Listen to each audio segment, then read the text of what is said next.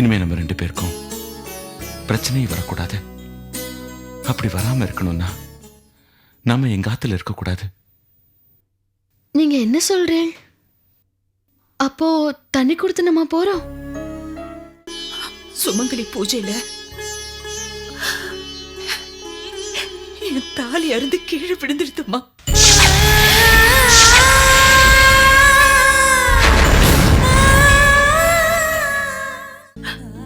அந்த ஆபத்து கண்டிப்பா அந்த சக்கரவர்த்தி மூலமா தான் வரும்னு நான் ஆணித்தரமா நம்புறேன். நம்ம குடும்பத்தை பழி வாங்குறதுக்காக அவன் கொலை கூட பண்ணுவான். நீ ஒன்று பண்ணு, பேசாம கௌசில அடிச்சுக்கிட்டு நம்ம வீட்டுக்கு வந்துடு. அங்கே வேலைக்காரங்க பாஸ்கர், நித்யா, நான், அவளுக்கு ஏகப்பட்ட துணைகள் இருக்கும். வரதாச்சாரி வெத்து வேட்டா இருந்தாலும் ரங்கநாயகி கழுத்துல தொங்குற தாலிக்கு அவர்தானே சொந்தக்காரர்.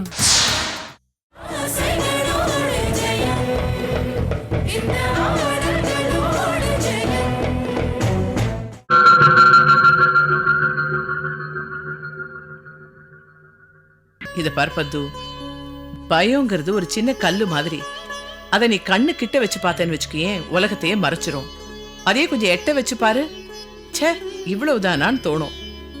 இத பாரு, நீ தைரியசாலி நான் ரொம்ப பெருமையா நினைச்சிட்டு இருக்கேன். அத பொய்யாக்கிடாத பத்து. நிம்மதியா படுத்து தூங்கு. ஏனா வாங்கோ படுத்துக்கோ. பாத்துக்கோடா. பாத்துக்கோப்பா. சரிப்பா.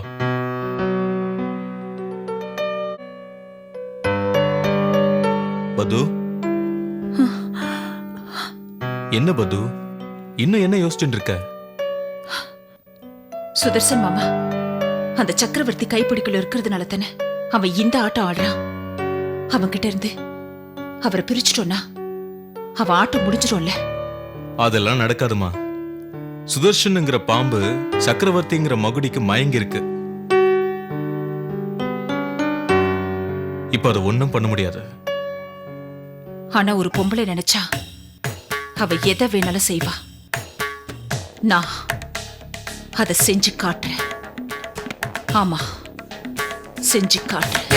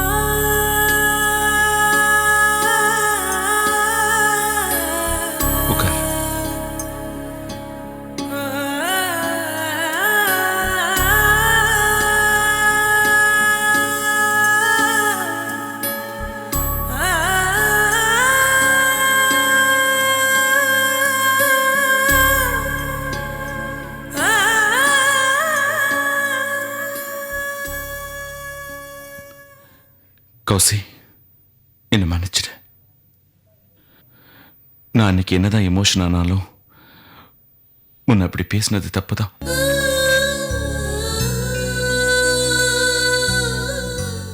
என்ன மன்னிச்சிடு.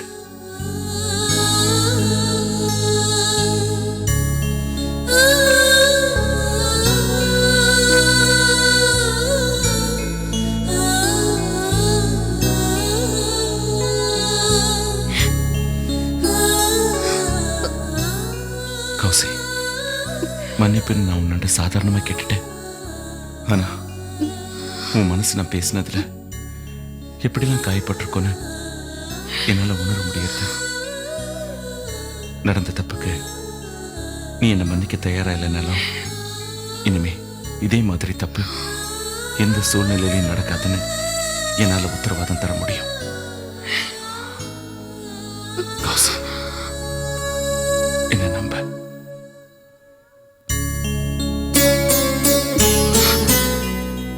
இந்த லோகத்துல உங்களை தவிர வேற யாரை நம்புறது? நீங்க பேசினதெல்லாம் நான் எப்பவோ மறந்துட்டேன்.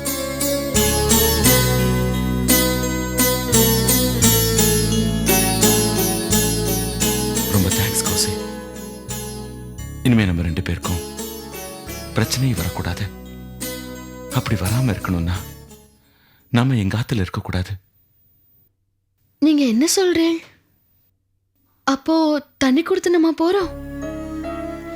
அப்படி நாம தண்ணி கொடுத்தனும் போனா உங்களை பிரிச்சு நான் தண்ணி ஆயிடுச்சுன்னு போனதா உங்க அம்மா பேசுவா. நாம தனியா போகாம இந்த ஆத்திலே தொடர்ந்து இருந்தா உன்னை எங்க அம்மா தாங்க போறாளா? சில விஷயங்கள் பிடிக்கலன்னா ஒதுங்கிறது தான் புத்திசாலித்தனம்.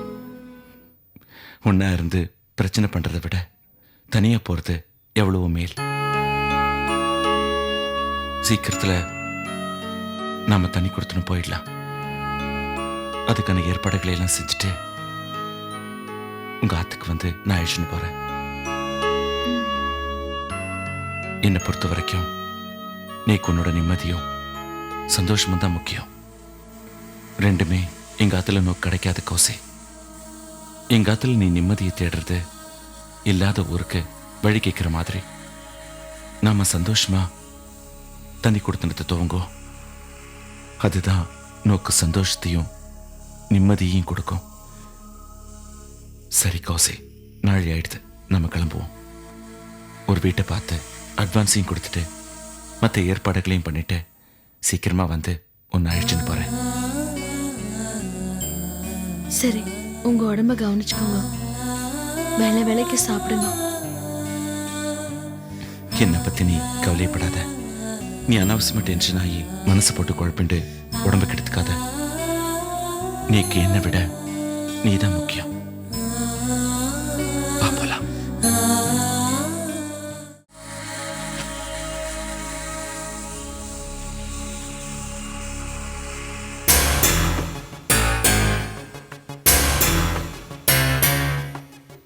வீடு ஏறி வந்தவள வானு கூட கூப்பிட உனக்கு தோணல இல்ல? பரவாயில்ல, நான் என்ன விருந்தாளியா? உன் சிநேகிதி, உன் உறவுக்காரி தானே. என்னடா இவ திடீர்னு வந்திருக்காளே, சண்டை போட வந்திருக்காளா அப்படின்னு பாக்குறியா? இல்ல துளசி, நான் உன்கிட்ட என் மனசுல இருக்கிற சங்கடத்தை கூட்டிட்டு போகத்தான் வந்திருக்கேன். சுமங்கலி பூஜைக்கு உன்னை நான் கூப்பிட்டேன். ஆனா நீ வரல. ஆனா நீ வருவேங்கிற நம்பிக்கை இருந்துச்சு. அத நீ பொய்யாக்கிட்ட. பரவாயில்ல, உன் வாழ்க்கைக்கு போராடினவங்களை விட வாழ்க்கை கொடுத்த புருஷன் தான் முக்கியம் இல்ல? உப்பு விற்க போனா மழை வருது, மாவு விற்க போனா காத்தடிக்குதுன்னு சொல்லுவா. அது என்ன பொறுத்த வரைக்கும் உண்மையா படுத்து.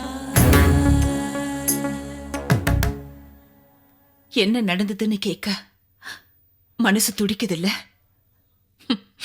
ஆனா வாய் வரல.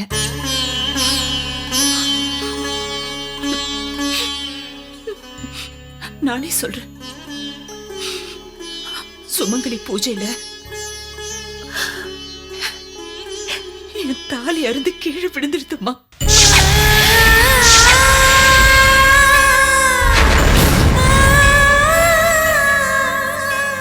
அந்த ஒரு வினாடி என் மனசு துடிச்ச துடிப்பு எனக்கு தான் தெரியுமா.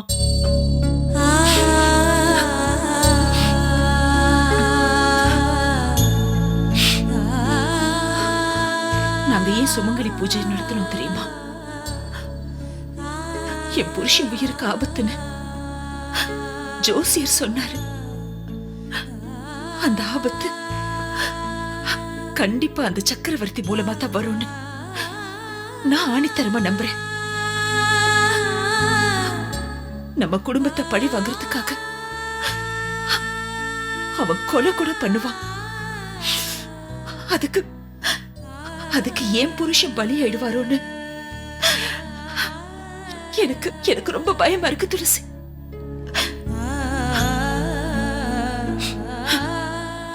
எவன் கையாலேயோ அவர் உயிர் போக போறத நான் ஏன் உன்கிட்ட வந்து சொல்றேன்னு பாக்குறியா?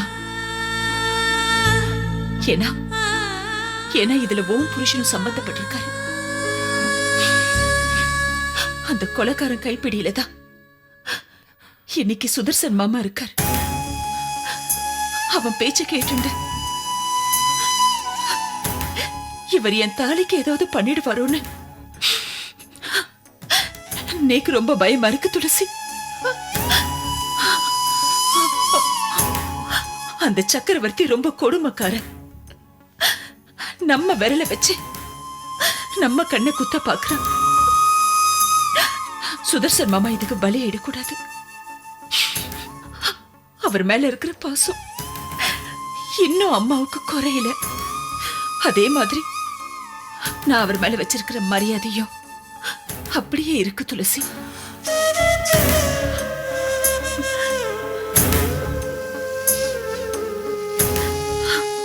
இப்போ நீயும் நானும் ஒரே குடும்பத்துல வாக்கப்பட்டிருக்கோம். அந்த குடும்பம் சதைஞ்சு போகாம ஒத்துமையா இருக்கிறதுக்கு நாம தான் முயற்சி பண்ணணும் துளசி. நாம தான் பண்ணணும். அத நீ செய்வேன்னு நேக்கு நம்பிக்கையும் இருக்கு துளசி. புருஷனோடு சேர்ந்து வாழ்றது மட்டும் வாழ்க்கை இல்லம்மா. அவர் தவறான வழியில போனா அதை திருத்தி நல்ல வழிக்கு கொண்டு வர்றதுதான் ஒரு உண்மையான பொண்டாட்டியோட கடமை. உன்னை பத்தி நீக்கு நன்னாவே தெரியும். சில விஷயத்துல நீ என்னை விட கெட்டிக்காரி. அதை இந்த விஷயத்துல காட்டு. நம்ம பந்தம் பாசம் என்னைக்கு விட்டு போயிடக்கூடாது. மதியாதார் தலைவாசல் மிதிக்க வேண்டாம்னு சொல்லுவா. இருந்தும் நான் உன் வீட்டு படி ஏறி வந்திருக்கேனா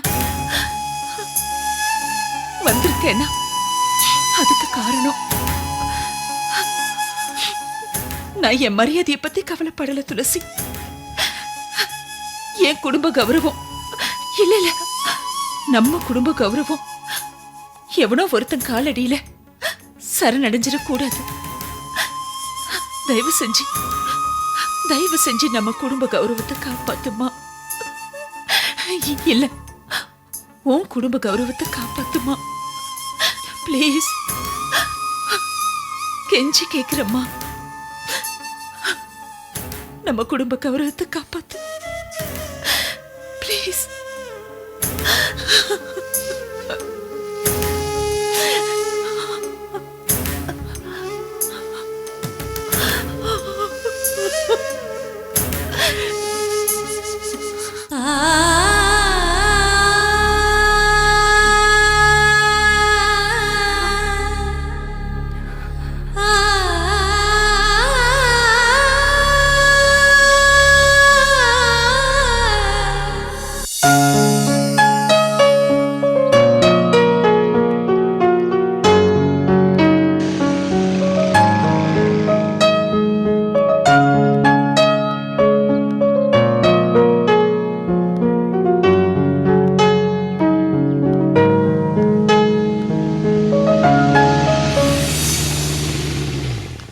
என்னையும் எதுக்கு சுத்தி சுத்தி வந்துட்டு இருக்கேன்?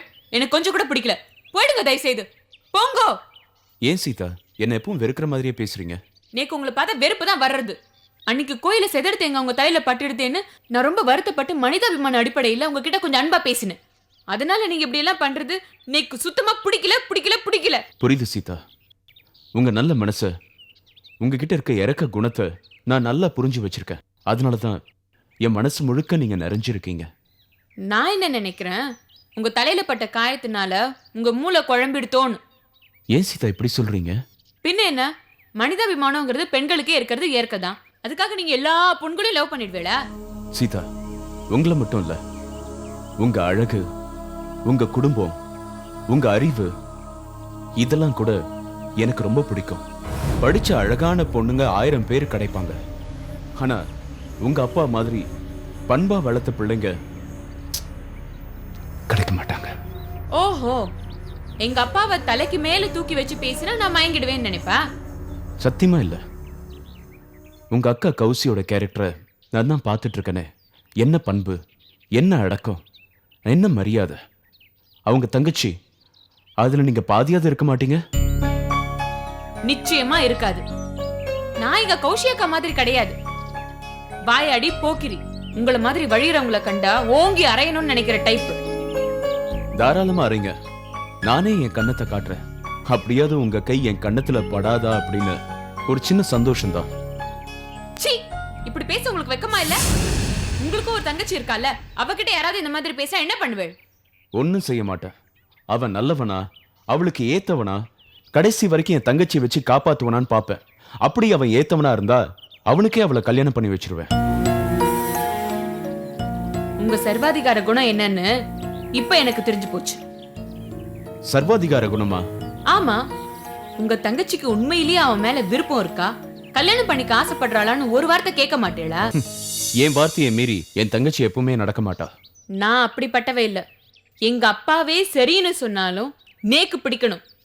அது மட்டும் இல்ல, நேக்கு இந்த காதல் கத்திரிக்காய் மேலெல்லாம் சுத்தமா உடன்பாடு கிடையாது. நீங்க ஏன் காதலை வெறுக்கிறீங்க? ஏன்னா அது ஒரு அழகான பட்டாம்பூச்சி மாதிரி. அத கையில அழுத்தி பிடிச்சா செத்து போயிடும், மெதுவா பிடிச்சா பறந்து போயிடும். அதனால நான் அதை பிடிக்க விரும்பல. சீதா, பேசாதே. இதுக்கு மேல ஒரு வார்த்தை பேசுறேன், கத்தி ஊரை கூட்டிடுவேன். வாங்க, நானே உங்களை டிராப் பண்றேன்.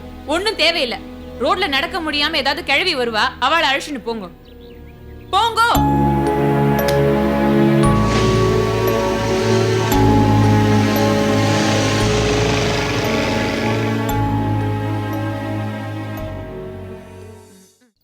சார். வாப்பா சுரேஷ்.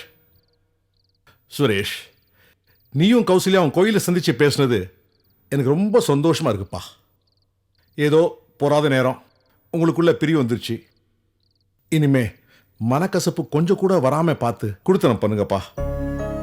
உங்க வீட்டுக்கு கௌசல்யா அழைச்சிட்டு போறதுக்கு முன்னாடி உங்க அம்மாவையும் அண்ணியையும் அவ விஷயத்துல தலையிடக்கூடாதுன்னு சொல்லிடுப்பா. நான் கௌசல்யா கிட்ட சொன்ன விஷயத்த உங்களண்ட சொல்றதுக்கு முன்னாடி நீங்க தப்பா அர்த்தம் பண்ணிட்டீங்க. நான் திரும்பவும் கௌசல்யாவை அழைச்சிட்டு எங்க ஆத்துக்கு போறதாவே இல்லை. அங்க போனா திரும்பவும் அம்மா மண்ணி 2 பேரும் ஏதாவது பிரச்சனை பண்ணுவாங்க. அதனால கௌசல்யாவை அழைச்சிட்டு தனி கொடுத்துன போலான்னு நான் டிசைட் பண்ணிட்டேன். நான் கௌசல்யா கிட்ட இதை சொல்லிட்டேன். நீங்க தனியா போறது எனக்கு சந்தோஷம்தான். ஆனா அதுலயும் கொஞ்சம் சிக்கல் இருக்குது. கௌசல்யா கர்ப்பமா இருக்கிற பொண்ணு. தனியா போனா அவ எப்படி சமாளிப்பா? நீ எங்கேயாவது வெளியில போயிருக்கும் போது அவளுக்கு துணையா யார் இருப்பா? நீ ஒன்று பண்ணு, பேசாம கௌசல்யா அடிச்சுக்கிட்டு நம்ம வீட்டுக்கு வந்துடு.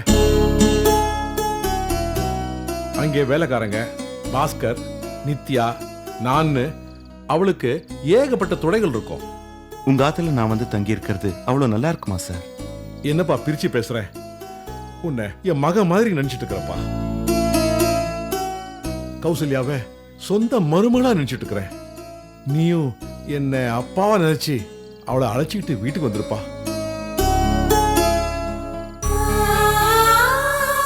சார், நீங்க சொல்ற யோசனையும் எனக்கு நல்லதா தான் படுறது. சரி, நான் சீக்கிரம் கௌசல்யாவை அழைச்சிட்டு உங்க வீட்டுக்கு வந்துடுறேன். வரேன் சார். ஓகேப்பா, தேங்க்யூ. போயிட்டு வரேன் சார். All the பெஸ்ட்பா.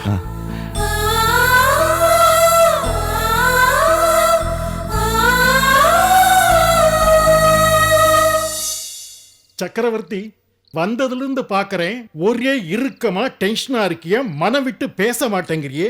என்ன ரொம்ப யோசனையில இருக்கே? யோ, ரங்கநாயகிய அழிக்கிறத தவிர வேற எனக்கு என்னையா யோசனை? சரியான அடி கொடுக்கணும்னு பாக்கறேன், ஆனா முடியலையே. சக்கரவர்த்தி, எரியற நெருப்ப ஊதி விட்டுக்கிட்டே இருந்தா புகைதான் வரும். ஜுவாலை விட்டு எரியாது. எரியணும், நெருப்பு பிடிச்சி எரியணும். அதுல ரங்கநாயகி குடும்பம் பொசுங்கி சாகணும். அதுக்கு எரியிற ஒரு கொள்ளி கட்டிய உருவரன்னு வச்சுக்க, ஜெகஜோதியா எரியும். ஜட்ஜுக்கு கூட புரியாதபடி கோர்ட்ல பேசுறிய. ஹே, முட்டாள், அது மாதிரி என்கிட்ட பேசாத, புரியும்படியா சொல்லு. உங்ககிட்ட பழகிறதுல இருந்து இப்படிதான் பேசுற. அந்த வரதாச்சாரி மேல கை வை, எல்லாம் சுலபமா முடிஞ்சிடும். அவ ஒரு வெத்து வேட்டு ரப்பர் ஸ்டாம்ப் ஆச்சேயா. சக்கரவர்த்தி, ரப்பர் ஸ்டாம்ப் இல்லாம கையெழுத்து போட்டா எந்த ஒரு பத்திரமும் செல்லுபடியாகாது. வரதாச்சாரி வெத்து வேட்டா இருந்தாலும் ரங்கநாயகி கழுத்துல தொங்குற தாலிக்கு அவர்தானே சொந்தக்காரர். யோ, வரதாச்சாரி தான் அந்த வீட்ல பெரிய தலை. அந்த தலையே ஆட்டம் கண்டு போச்சுன்னா ரங்கநாயகி உடைஞ்சு போயிடுவா. அப்புறம் அந்த குடும்பமே செதறி போயிடும். சக்கரவர்த்தி, இதுல நீ நேரடியா இன்வால்வ் ஆகிறது அவ்வளவு சரியில்லை. இத பார், நேரடியா இன்வால்வ் ஆக நான் முட்டாளா? யோ, பலாப்பழத்தை அறியும் போது கையில எண்ணெய் தடவிக்கணும். இப்போ சுதர்சன் தான் என் கையில இருக்கிற எண்ணெய். அவனை வச்சு நான் அந்த குடும்பத்தை நடு ரோட்டுக்கு கொண்டாந்துருவேன். அப்ப சுதர்சனுக்கு போன் போட்டு உடனே வர சொல்லு. எதுக்கு சிரிக்கிற? பைத்தியக்காரா, ஆ? அதுக்கெல்லாம் அவசியம் இல்ல. அவனுக்கு இப்போ நான் தான் தெய்வம். ஆ. என்ன தரிசனம் பண்ண எப்ப வேணும்னாலும் வருவாயா. சார், பாத்தியா, நினைச்சோம் வந்துட்டா. வா சுதர்சன், உன்னை பத்தி தான்ப்பா பேசிட்டு உங்களுக்கு இருக்கோம். 100 வயசு. யா, அதுல என்ன என் கஞ்சத்தனம்? 101 சொல்லு. 101. ஆமா, என்ன பத்தி என்ன பேசிட்டு இருந்தீங்க? என்ன விஷயம்? தயங்காம சொல்லுங்க. சொல்ல சங்கடமா தான் இருக்கு, ஆனா இருந்தாலும் சொல்லாம இருக்க முடியல. நான் ரொம்ப வெகுளி, அப்பாவிய, வெளுத்ததெல்லாம் பாலுன்னு நினைக்கிறவங்கள நான் பார்த்திருக்கேன். ஆனா நீ விஷத்தையே பாலுன்னு இவ்வளவு நாள் நம்பி இருக்க. நீங்க எதை பத்தி சொல்றீங்க? யார பத்தி சொல்றீங்க? வேற யாரு? உன் அக்கா புருஷன் வரதாச்சாரிய பத்தி தான். அத்தின் பேரா? அவர் ஒரு அப்பாவியாச்சே. ஆ? பாவின்னு சொல்லுப்பா. அப்பாவி மாதிரி நடிச்சு உன்னை வீட்டை விட்டு விரட்டினது அந்த ஆளுதான். உண்மையாவா? உனக்கு நம்பிக்கை வரல? இந்த வக்கீல் மேல சத்தியமா இடிச்ச சொல்றேன். வாய். அவன் புள்ள ஸ்ரீவத்சன் மேல அவனுக்கு அளவு கடந்த பாசம். மருமக பத்மா தான் இப்ப அந்த ஆளுக்கு தெய்வம் மாதிரி. புள்ளைக்கும் மருமகளுக்கும் மொத்த சொத்தும் போய் சேரணும்னு உங்க அக்கா மனச மாத்தி அதுல ஸ்லோ பாய்சனை ஏத்தி உன்னை வீட்டை விட்டு விரட்ட செஞ்சது அந்த ஆளுதான்.